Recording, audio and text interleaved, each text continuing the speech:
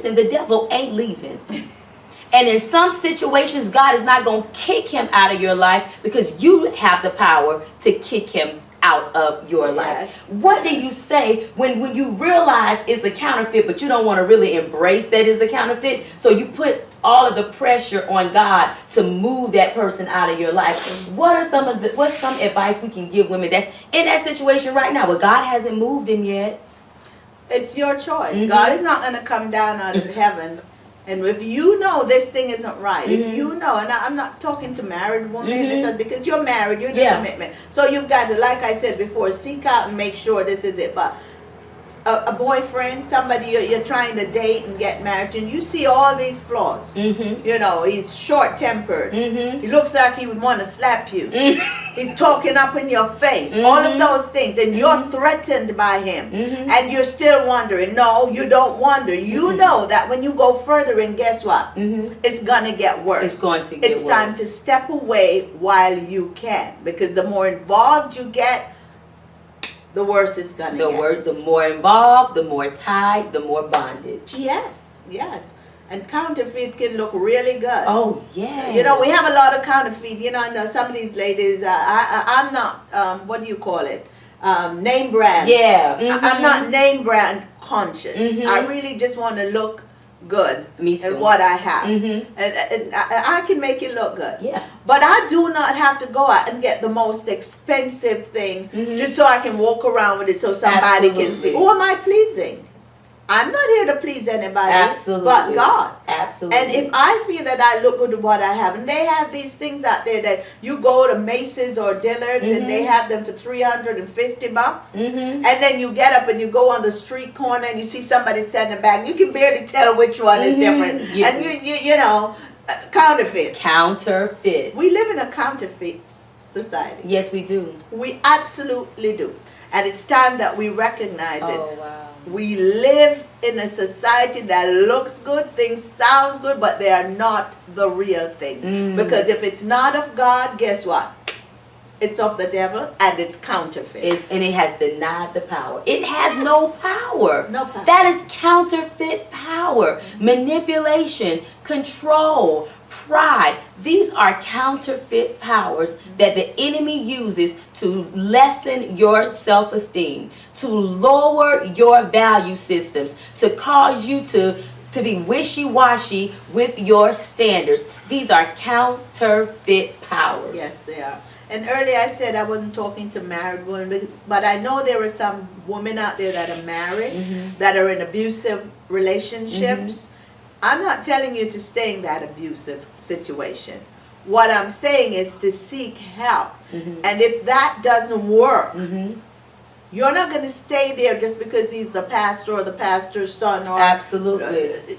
You're going to move out of something that is dangerous to you. Absolutely. You're going to get away from it. So because I said I'm not talking to married women, I mean I'm not just telling a married woman to get up and just walk out of her house. Absolutely. But there are some circumstances that even married women face that they too have to make choices. You have to make You have to make choice for your life. It's either you're going to live or die. Period. You know, and you have to make that choice. You have to know what your situation is and get the help that you need. If it's counterfeit, it's counterfeit. And that's the bottom line. That's the bottom Some of us line. are in a counterfeit religion. Because we think that because we wear long dresses and turtlenecks, and because we jump across 10 pews every Sunday, because we know how to hakam shah, and we know how to do the dance, and we know every scripture in the Bible, that is religion. Yes. When your heart is full of malice and bitterness and strife, when you can't forgive, when you'll sleep with your best friend's husband, but you'll go to church and sing in the choir, that is counterfeit religion. God is looking for a real relationship with us. Yes, we seek in this earth realm to connect to people, to be involved with people, but God, he wants the real thing too, and he knows. Oh, he knows more than all. Oh, he knows. He really knows. He you know, knows. My thing is, I can't hide from God. So I just talk to God about everything. Because I know if I can hide from my friend, my husband, I can't hide from God. He absolutely knows what I think before I think it. Absolutely. So why am I going to try to hide from him? And he really does not deal with counterfeit. No. Because counterfeit is from whatever. Absolutely. And you know we're in a war for our lives. Mm-hmm. So we cannot afford to take side of the enemy. We have to take the side of the true God. Absolutely. And we're not in religion. Mm-hmm. You know, people mix up religion with Christ-likeness, Mm-hmm. Christianity. To be Christ-like means to be like Christ. Absolutely. I have to be or work towards being like Christ. We don't start off being like Christ. No. But every day we grow because we desire to be more like Him. Absolutely. Right? But when we're in the counterfeit, we can do anything, say anything, go anywhere, and then we can go to church and perform. It is not about a performance. There you go. God doesn't want a performance. You can dance until your legs fall off. That does not please God. That is for your pleasure. God wants worship. And He wants true worship. He said He's here for those that will worship Him in spirit and in truth. Truth, not counterfeit. We can't do the counterfeit. We have to be wise. Oh my God. He is looking for worship, not a performance. Yes, He is. He's looking for ones that may not be perfect, but has a heart to follow His way. I mean, you just said a mouthful. I just forgot about everything. You know, it's amazing because Samuel, when he went to Jesse's house to choose, he was about to choose a counterfeit because they all looked great. Oh, they were fine and they were tall and they looked like they were warriors and they didn't understand that it was a little shepherd boy in the back taking care of his father's sheep. And he almost missed out on the anointed one. Except that he was walking in the power of God. And the power kicked in. The power kicked in. God. Is there one more? That's not them. Over there's another one. God is saying that to somebody. God is saying that to some young lady. That's not the career.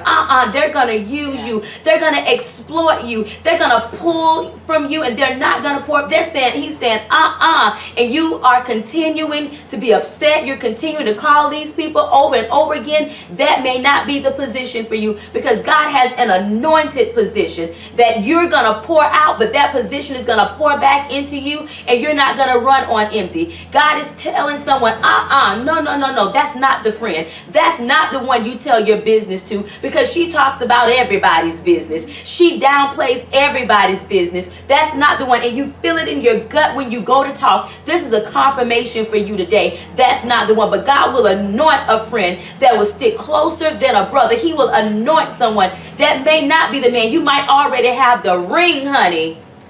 But you feel something down in the pit of your stomach saying, that's like the counterfeit one. It'll last. It'll be good for about 10 years. But in that 12th year is when the real thing is going to come out. It's going to wreck your world. Let God bless you with the anointed one. The real thing. The real thing. Wow, I'm excited. The real. We need the real. This is a time of real. We have to be real with each other. This is the time. I mean, we're in a season that we don't know when or what. So we have to be real. Absolutely. We have to put down all of the fake stuff and take up the real stuff because God is real. Yes. He sent His Son that we might have life and have it abundant. He doesn't want us to have any old kind of life. Abundant life. Good life. Life that is pleasing to us and to Him. The real. The real. Wow, this is so awesome. This is so awesome to me because for so many years I've settled. For so many years I thought this is the one or this is what I'm supposed to be doing. And until I truly connected to God for myself, not for my grandmother, not because of what my mom said, but because of my own encounter, I now can recognize, I can feel when God is drawing me away from something and when He's drawing me to something. That is the special benefit that we get when we have a relationship with Christ. With Christ. The relationship is important. It is important. We don't want the fake. We want the real. We've got to have it. Oh, wow. We've got to have it. Wow. It's time to get real for 2015. So we can just add to our vision board. We can just add to our daily goals and journals. this year, you know what? I said I was going to do a lot of things. But this year, I am going to try God for real. I'll tell you a situation when I got saved. I didn't get saved at an altar. I got saved in my apartment. A preacher called me. It was my best friend's sister. And she said, you know, you've tried everything, honey. You tried everything. She said, but I dare you to truly give your heart to Christ. Let everything go for some time. If God does not draw you in and keep you, you go back to living however you want to live. But try God for real. If you try Him for real, Tasheekia, I promise you, the BET soundstage, you're not going to be drawn there. The men with money, you're not going to be drawn there. You know, the fun and the things that has gotten you over the years, you're not going to be drawn to them things. And I just was like, okay, I'll try it. I'm going to try it for real. Let me tell you something. I have not looked back because it was the real thing, and that is what kept me. And you know what happened? You came to a place that you started to recognize the counterfeit. Oh, it was not me. I want to slap myself. It was not me. You got to a place you're like, you know, and many of you are at that place. You are tired. You're tired in yourself. You're tired in your mind. You've tried all of this stuff and you're worn out from it, and you're getting nowhere, and you're stuck. Why not try Jesus? Why not? The real thing, the one that will never let you down. McCoy. Yes, our refuge, our fortress, our strong tower. I'm talking about the real thing, the one you've made thousands of mistakes, but this one, this real thing called Jesus will forgive you and not count it against you like man will do. Hey, He's waiting. He's waiting. Somebody, you're sitting there and you're looking like you're not worth it. You're feeling like you're not. You've undermined the power. God's power can forgive you. He can embrace you. He can make you all over again. Lift you up, put you back together, and send you on your way rejoicing. That's what He's doing for you. Yes. This is Gospel in the Real. This is Gospel in the Real, and we hope someone was encouraged today.